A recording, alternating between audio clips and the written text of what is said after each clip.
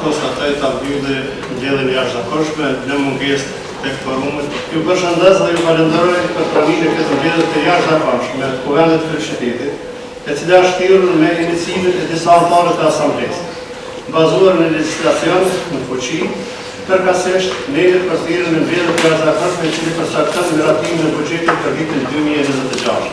Lutë shërbimin e Kuvendit të na tregoj sa kemi të përmirë. Pra gjithsesi jemi 20 pjesëmarrëse në mbledhje. Ky buxhet, nëse nuk miratohet, atëherë këta njerëz, mësimdhënës, punëtorë të administratës, të shërbimeve publike, të mbretërues të institucioneve komunale, familjarët tonë do të mbetin pa paka. Sot jemi në një situatë absurde.